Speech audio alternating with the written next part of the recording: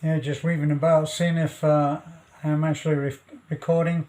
There's a very tiny little dot on this camera that that shows I'm actually on. Well, I had a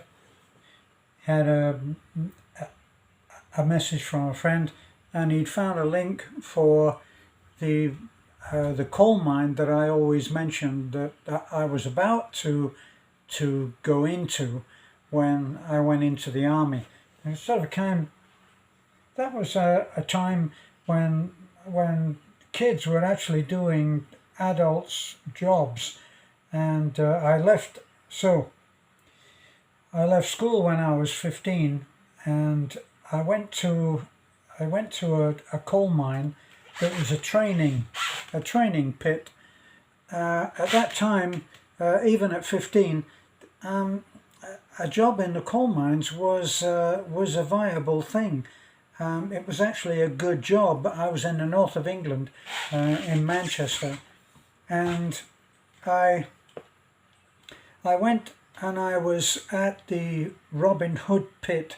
The fact that my friend was able to find a link about the Bradford pit, which is where I was supposed to start work when I went into the army. So I came out of school with a cobbled together education from flitting from one school to another and never quite settling in at any.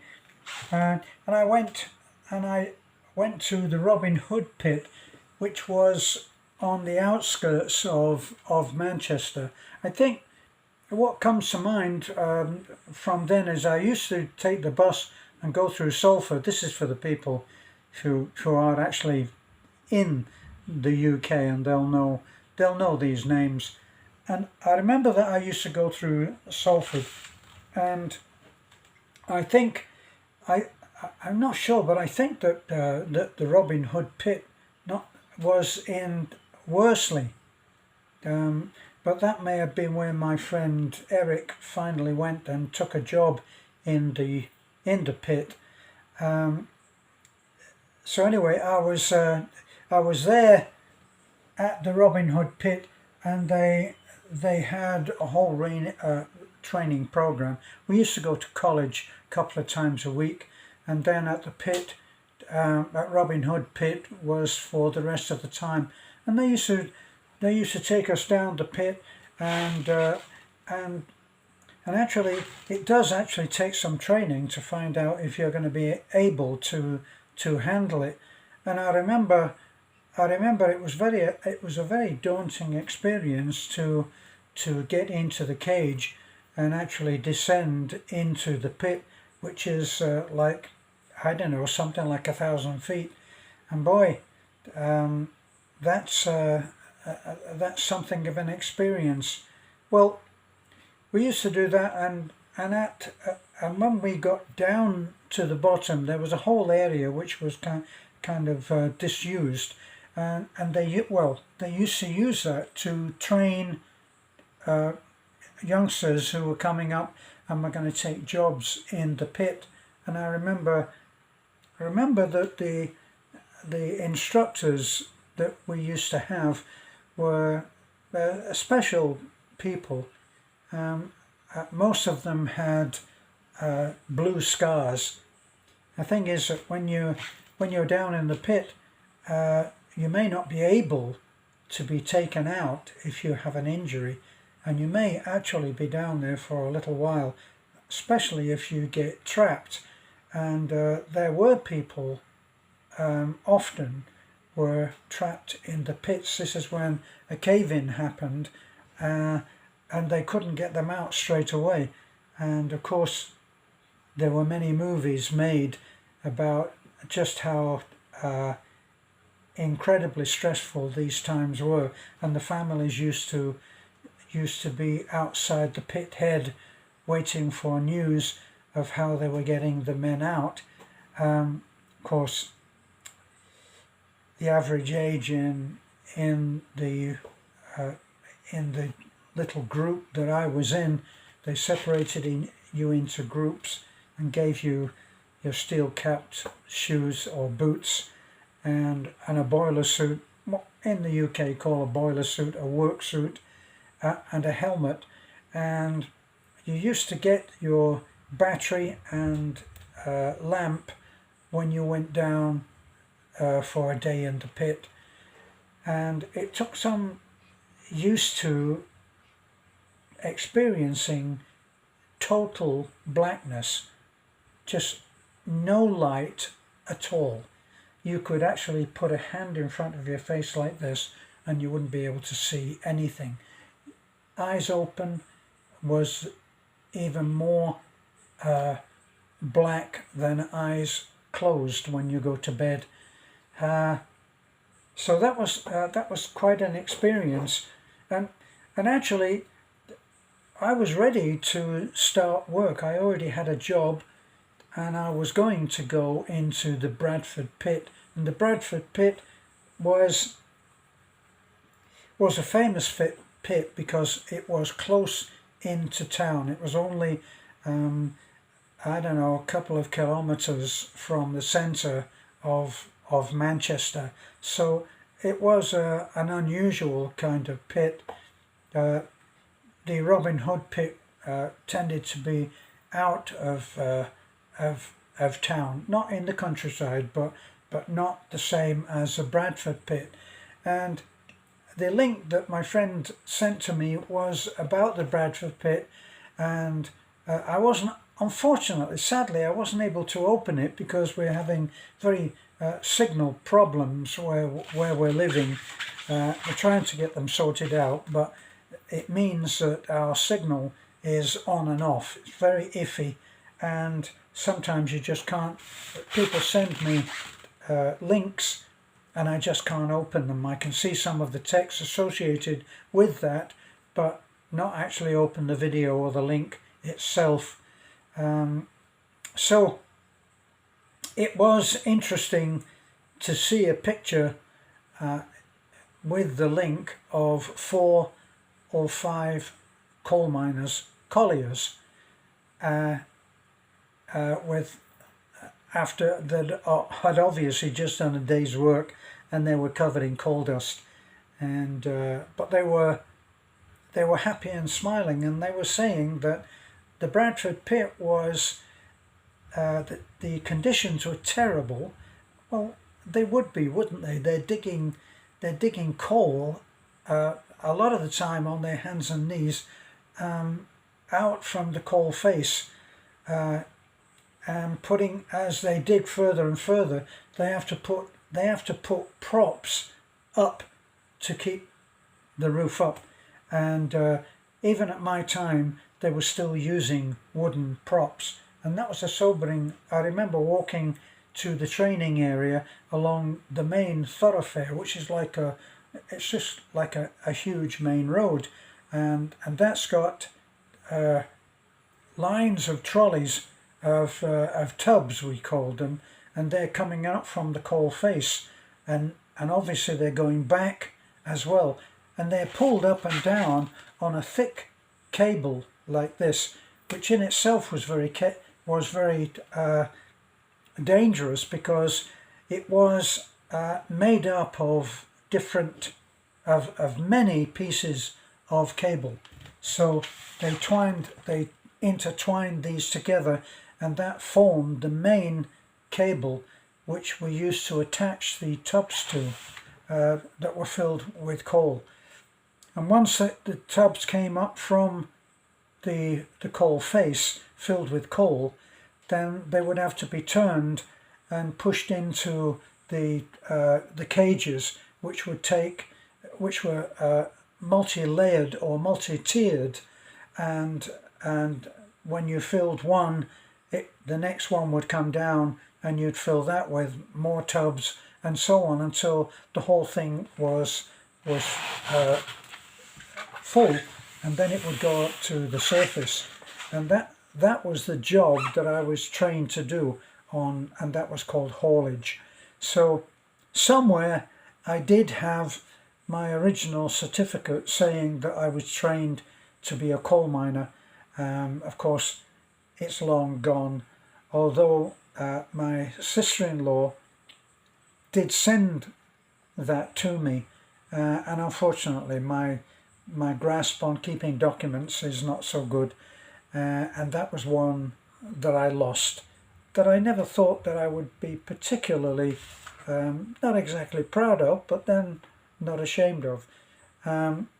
After I think what actually happened, how I ended up in the army in a band, I actually joined the army, and first of all, I went to Stirling Castle, because Stirling Castle is or was at least, the headquarters, the HQ, the depot of the Argyll and Sutherland Highlanders, and I went in as a boy soldier.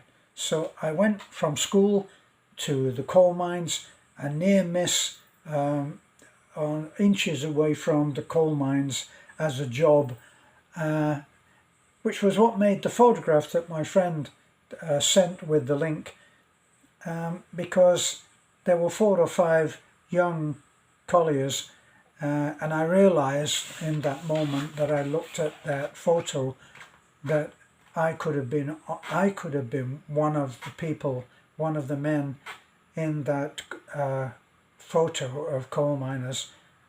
So I think what probably led my father to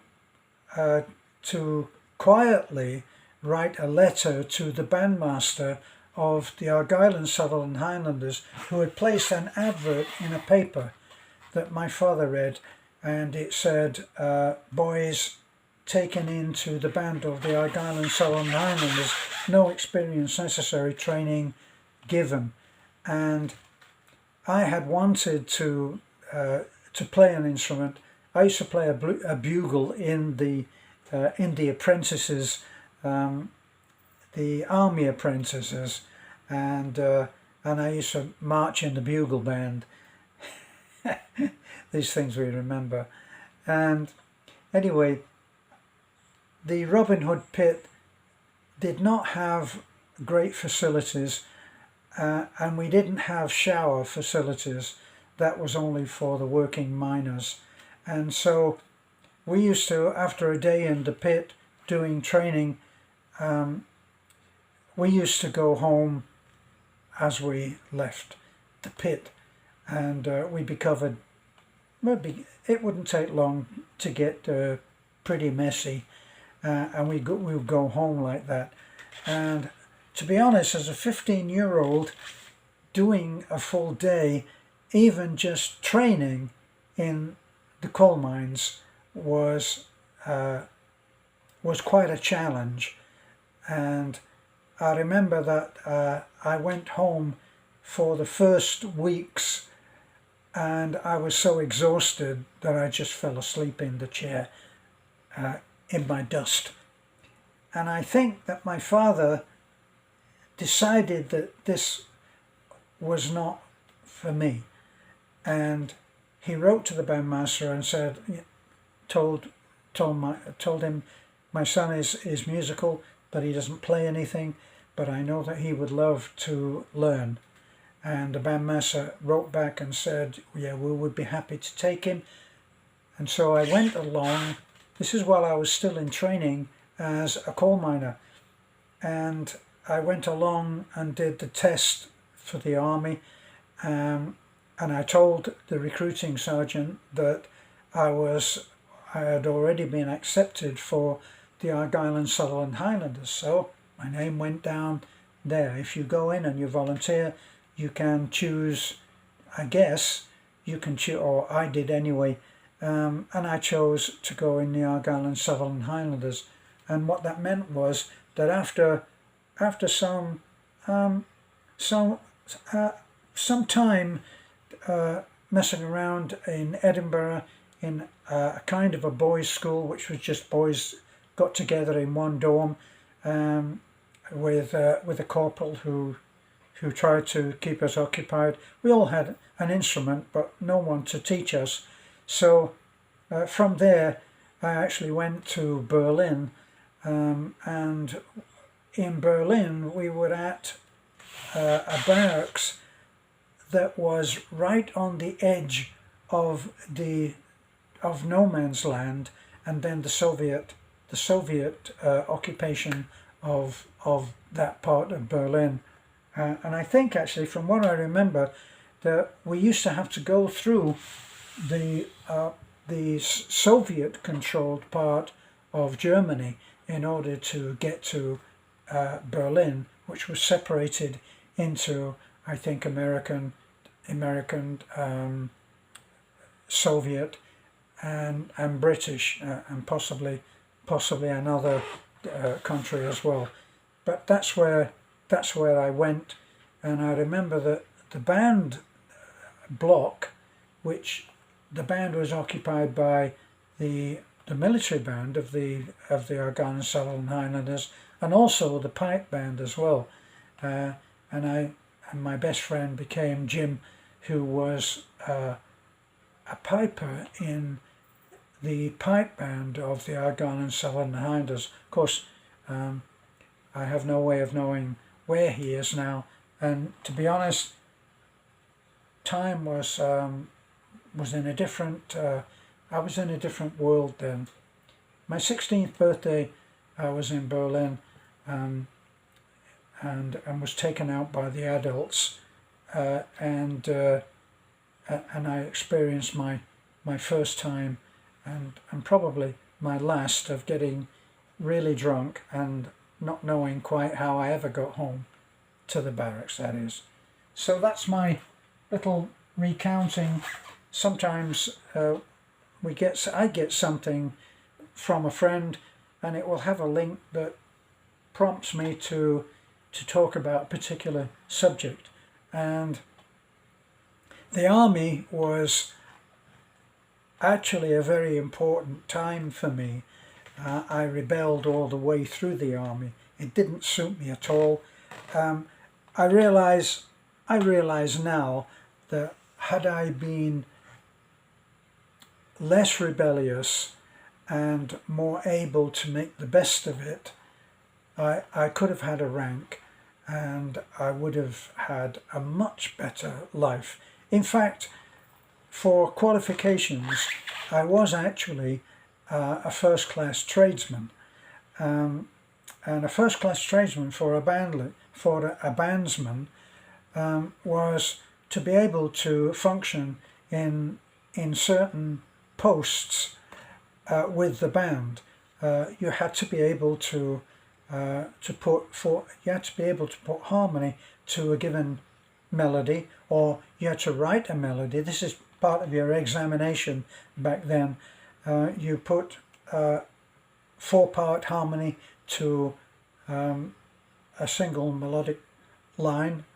Not terribly difficult, just about 4 or 8 bars, but then you had to orchestrate that for the full military band, which of course that is for drums. You had to be able to write a drum part, and that's trumpets, trombones, basses, clarinets, E-flat clarinets, B-flat clarinets, and oboe, and all of these instruments. You had to be able to know how to write that part, which unbelievably now when I look back, I did know how to do that. And the other thing, which was quite funny for me, was you have to be able to take the band on parade. So you have to be able to go out onto the parade ground and start the band marching, be able to conduct the band playing a march on the parade ground, and then you have to be able to march the band up and down, which means by the left, quick march, which also is another life now for me. It's another lifetime, almost as if it was another person. But these things happen, and they are. We are reminded, aren't we, of these different sections of our life. I actually I was in the army for 8.5 years, and when I came out, I went to London. After I did a summer season I did a couple of seasons. I did a summer season in Great Yarmouth for those who are in the UK and in these places, and there was an open air theatre there, and the band that I was in was the Crackerjacks, and actually it was a comedy band, and we used to do silly, I don't know, Spike, not Spike Milligan, but there's another Spike, an American band who did crazy things, and we did all of those as well. And that was what I did for a summer season, and then I went to London. Of course, I didn't get a job immediately when I got to London, so I actually worked for the Bertram Mills circus band, and at one point, these are so funny to see these things now and think about them, and guess how close I came to having such a different life. I actually wanted to join the clowns. Back then, the weird clown had not surfaced, and a clown as something of a horror had not surfaced, and then that we can thank Hollywood for that. But in actual fact, clowns were much beloved by people, and especially children back then, and I used to watch. We used to, the band used to be high up where it could see everything that was going on in the ring, and I used to watch that, and I used to love the part where the clowns came in, and they were very, very good. Bertram Mills is a top then, and possibly still is a top circus, and I got to know lots of people who were part of that, and I was close, but while I was still working there, I was offered a job at the Pigalle, and the Pigalle, I didn't realize at the time that it had been such a prestigious thing, prestigious restaurant come theatre, and I joined the band at the Pigalle, and later, of course, I went into other places and had my own band and played mostly top 40, but some, when it was my own band, I was at the Rheingold Club for a while, which was a very, very popular club, and which was very difficult to get a membership of the Rheingold, because its reputation was that all of the au pairs all went to the Rheingold Club, and so it had very beautiful girls. And so I played there for 2, possibly 3 years on and off. But anyway, that's almost another story.